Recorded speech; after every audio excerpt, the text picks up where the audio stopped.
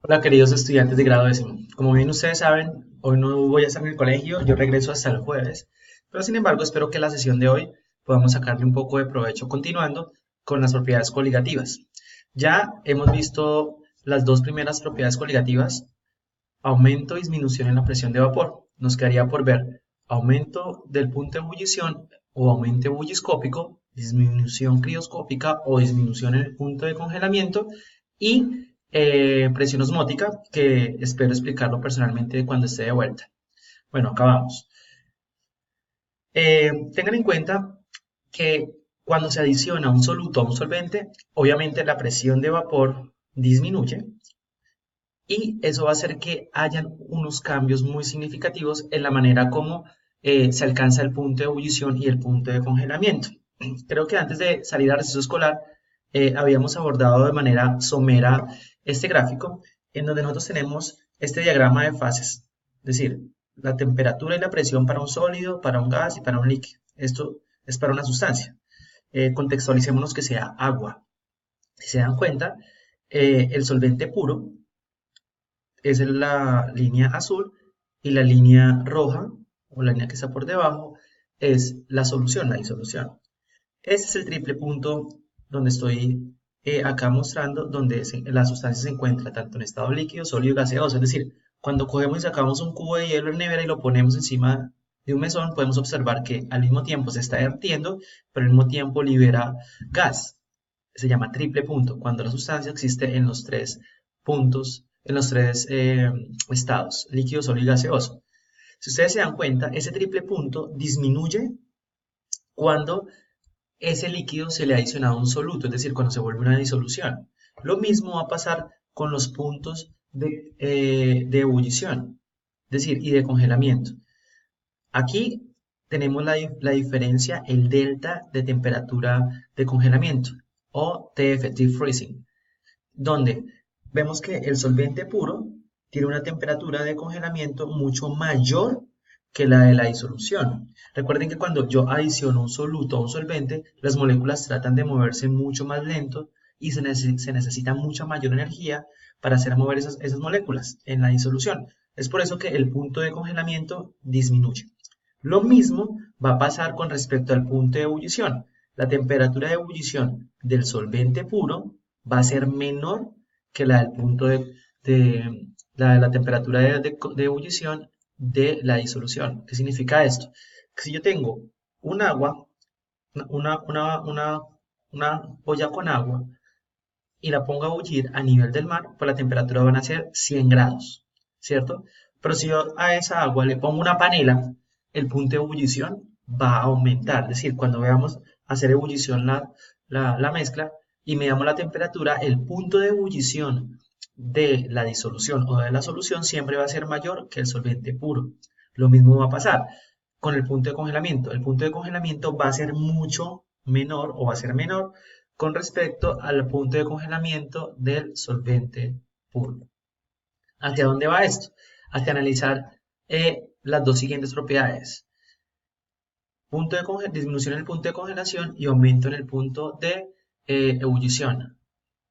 Entonces, redundando con lo que les mostré en la gráfica, la temperatura de congelación siempre va a ser menor a la temperatura de congelación del solvente puro cuando se prepara una disolución teniendo en cuenta el mismo líquido, ¿no? Es decir, que para poder hallar esa variación, ese delta, ¿qué debemos conocer? El K-freezing o la constante crioscópica puede ser Kf o Kc, Kc crioscópica, F de freezing, por la molalidad. Es decir, ¿qué hay que conocer de la disolución? La molalidad y la constante. La constante, donde usted la puede determinar en las tablas. Yo les escribí por Classroom, donde les dije que imprimieran una tabla donde estaban las constantes crioscópicas y las constantes ebullioscópicas, KF o KB, K-freezing, K-boiling. ¿Listo? Entonces, ¿cómo se analiza, en qué sentido tiene esto? Ustedes hicieron una tarea de aplicaciones de propiedades coligativas. Por ejemplo, yo puedo disminuir el punto de congelamiento del agua, por ejemplo, aquí en las carreteras, en países que tengan estaciones, si yo le pongo agua al hielo, pues el punto de congelación obviamente va ¿qué? A disminuir. Y al disminuir ese punto de congelamiento, pues no se va a formar esa capa de hielo en las carreteras. Lo mismo pasa con los refrigerantes. Si yo le pongo a un vehículo en el sistema de refrigeración un refrigerante, pues el punto de ebullición del agua que contiene ese refrigerante va a ser mucho mayor, lo que va a hacer que los motores no se recalienten. Recuerden lo siguiente nuevamente, el punto de congelamiento disminuye en una solución con respecto al solvente puro y el punto de ebullición aumenta con respecto al solvente puro. Yo, más sin embargo, les voy a compartir la presentación para que en clase o en la casa ustedes repasen y puedan analizar estos gráficos que son muy importantes. Eh, Redundando y volviendo al tema, pues la siguiente propiedad es aumento en el punto de ebullición o aumento ebullioscópico. De nuevo, cuando se le coloca un soluto a un solvente, el punto de ebullición aumenta. ¿Listo? La ecuación es la misma, pero ya en vez de tener la KC o KF, KC, constante crioscópica, o KF, que aparece en la literatura, K-freezing, pues como es aumento en el punto de ebullioscópico, tenemos KE en inglés, K-boiling. Puede aparecer KE como constante ebullioscópica o KB como constante de boiling, ¿sí? De punto de ebullición. Entonces, básicamente, ¿qué necesitamos saber para poder resolver un ejercicio relacionado con estas propiedades? La molalidad y la constante ebullioscópica. ¿Dónde rayos yo encuentro la constante? Pues en las tablas que yo les compartí vía Google Classroom. Nosotros comparamos en este gráfico la temperatura de ebullición del solvente con respecto a la solución. Obviamente, pues encontramos que el solvente tiene una menor temperatura de ebullición con respecto a quién? Al solvente puro. Estas dos sustancias que yo les muestro acá son sustancias que se utilizan como refrigerantes de los vehículos o de las maquinarias pesadas para que el motor no se recaliente cuando funciona. El propilenglicol o el etilenglicol, que son los refrigerantes para vehículos que se usan, y es una de las aplicaciones de esas dos propiedades coligativas. Entonces, básicamente, acá está la tabla, que es la misma tabla que yo les dije que buscaran en el vínculo vía Google Classroom, donde tenemos el punto de ebullición y el punto de congelamiento.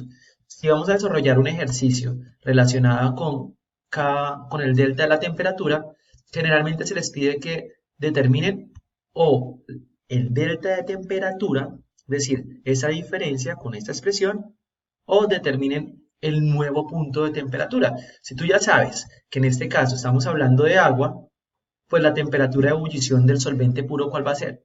100. Si yo al desarrollar la ecuación encuentro que el aumento fue de 0,5 grados, pues como es punto de ebullición, temperatura de ebullición, pues se debe adicionar esa temperatura. Es decir, si yo resuelvo con esta ecuación y encuentro que el aumento fue de 0,5 grados, ¿cuál sería el punto de ebullición de la solución? Pues 0,5 grados más ¿qué? Más los 100 grados, que es la temperatura normal de ebullición del agua. Me están hablando de determinar puntos de congelamiento. En el punto de congelamiento no se suma la temperatura, sino que se le resta. Ya sabemos que la temperatura de congelamiento del agua a condiciones normales es 0 centígrados. Entonces, no se va a sumar la temperatura que calculemos aquí en el delta de temperatura, sino que se le resta a 0 centígrados el delta de la temperatura que ustedes determinen aplicando la ecuación. Estas aplicaciones iniciales son muy fáciles, por eso hoy los invito a que trabajemos en el taller que les envié, que les entregué personalmente y que pues se los voy a compartir por Google Classroom. ¿Qué ejercicios vamos a desarrollar? Vamos a hacer del 1 al 6. ¿Listo? Espero que los puedan desarrollar en clase y en la siguiente sesión reviso y seguimos trabajando. Yo, al mismo tiempo que está sucediendo la clase, yo voy a estar conectado vía chat por Google Classroom. Quien me quiera escribir o quien quiera solucionar dudas, yo le puedo contestar por ese medio. Espero haber sido muy claro y pues que les rinda hoy en el trabajo. Metámosle la ficha porque hemos perdido muchas clases de químicas por el servicio social, por las actividades que ustedes han tenido, los que han viajado por las fusiones de robótica, pues no hemos estado todos y aprovechemos la sesión de hoy pues para adelantar ese trabajo. Yo espero regresar ya el jueves al colegio y pues solucionar dudas y cerrar esta parte final del trimestre de cara a los exámenes que ya se acercan. Listo, que tengan un feliz día y nos vemos hasta el jueves que acabe mi incapacidad. Hasta pronto.